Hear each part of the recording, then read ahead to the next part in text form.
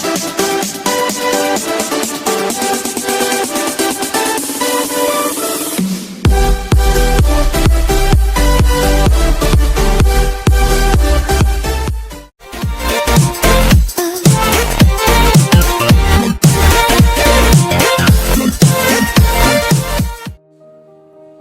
am Gabne sir, Gandhi Vidyalay Konda. Dear students of class 9th, subject Science and Technology Part 1, let us learn the chapter Laws of Motion. चला आता आपण गतीचे नियम हा पाठ शिकूया. Definition, motion of an object किंवा motion of N body, वस्तूची गती. If the position of an object is changing with respect to its surroundings, then it is said to be that object is in motion. Otherwise, it is said to be at rest. म्हणजे याचा अर्थ एखादी वस्तू त्याच्या सभोवतालच्या घडामोडींमुळे जर तो आपली स्थिती बदलत असेल तर ती वस्तू गतीमध्ये आहे असे म्हणतात. अन्यथा ती वस्तू स्थिर आहे असं समजल्या जाते. ह्यासाठी आपण एक उदाहरण घेऊ शकतो. Suppose a person walking from one place to another, then we say that person is in motion. समजा एखादा व्यक्ती एका ठिकाणाहून दुसऱ्या ठिकाणी चालत जात असेल तर त्यामध्ये होणारी ही जी हालचाल आहे त्यावरून आपण म्हणतो की ती व्यक्ती गतिमान आहे. पण लक्षात घ्या की एखादा पुतळा आहे, ए स्टॅच्यू, यामध्ये कोणत्याही प्रकारची हालचाल नाही. आपण काय समजतो, ती वस्तू किंवा ती बॉडी स्थिर आहे. पुन्हा आपण काही उदाहरणं घेऊया.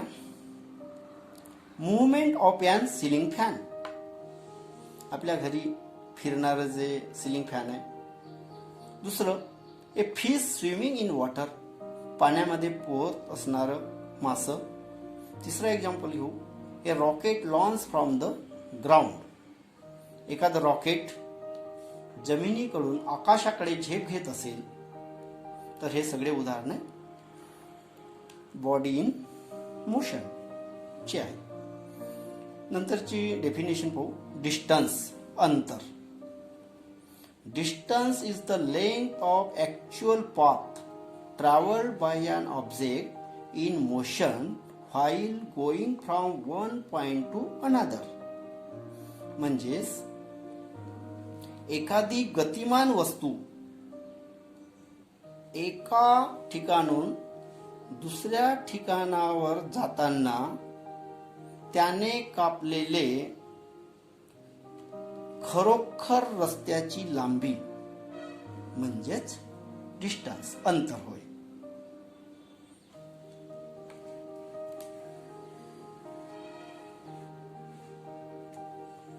पुढची डेफिनेशन बघू. डिस्प्लेसमेंट, विस्थापन. Displacement is the minimum or shortest distance between the starting and finishing point. म्हणजेच सुरुवातीचं पॉइंट आणि शेवटचं पॉइंट ह्यामधील कमीत कमी अंतर म्हणजेच त्या वस्तूचं डिस्प्लेसमेंट, विस्थापन. Following two examples can be used to clarify the definition of distance and displacement. हा एक वर्तुळाकार ग्राउंड आहे, याची रेडियस 100 मीटर आहे. ह्या ठिकाणून एखादा मुलगा असा एक कंप्लीट रिव्हॉल्युशन करत आहे ह्या ग्राउंडच्या सभोवताल आणि तो ह्या ठिकाणी येऊन पोहोचत आहे. तर तुम्ही सांगा, how much actual distance travelled by that boy in a रिव्हॉल्यूशन.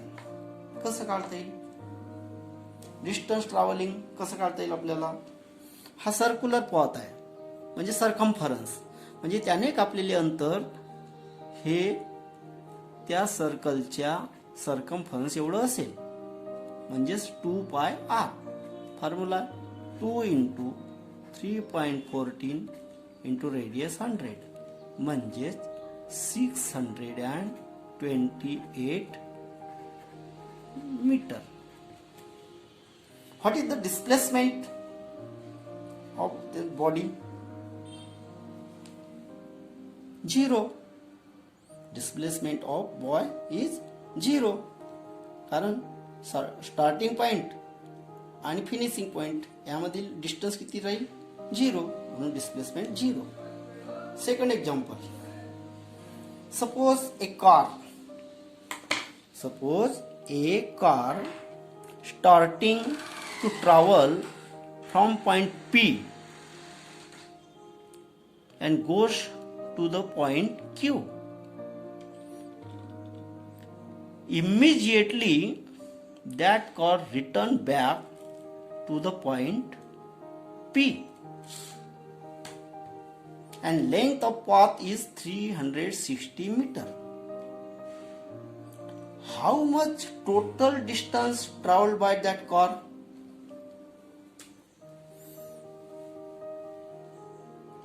PQ plus QR 360 plus 360 equal to 720 meter.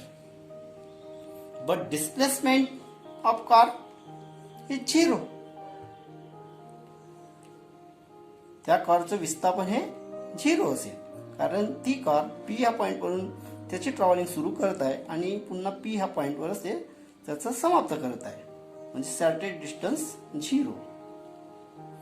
ह्या दोन एक्झाम्पलवरून आपण असं समजू शकतो की even if the displacement of object is 0, the actual distance travelled by that object may not be 0. म्हणजे displacement एखाद्या वस्तूचं 0 असू शकते, परंतु ॲक्च्युअल डिस्टन्स, त्याने कापलेले ॲक्च्युअल डिस्टन्स हे 0 राहू शकणार नाही.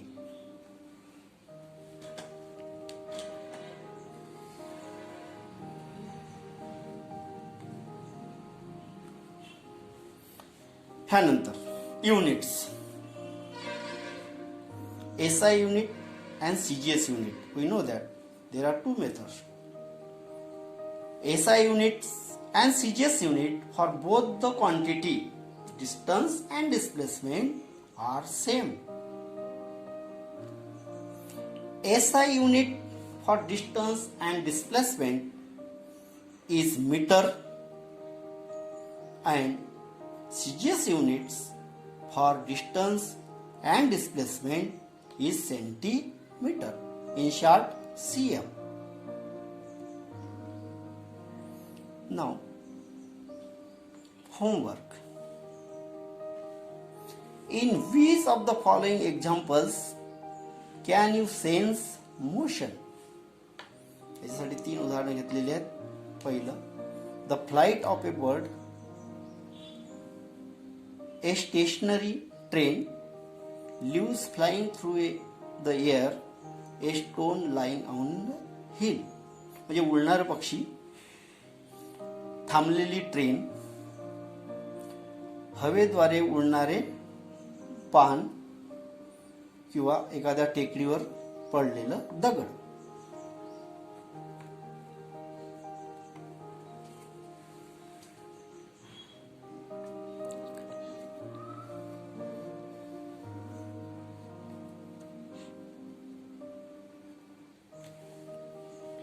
Now discussion scalar quantity and vector quantity.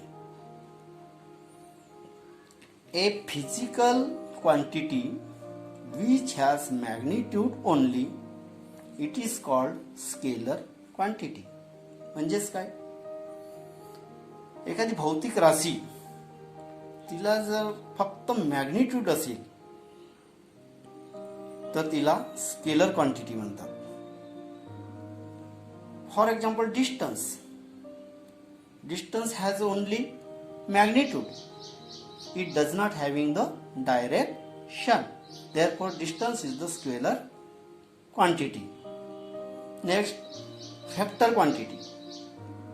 A physical quantity which has magnitude and direction. It is called vector quantity. म्हणजेच एखादी भौतिक राशी जिला मॅग्निट्यूडही आहे आणि डायरेक्शनही आहे तिला व्हेक्टर क्वांटिटी म्हणतात. For example displacement having the magnitude as well as direction. Therefore displacement is the vector quantity.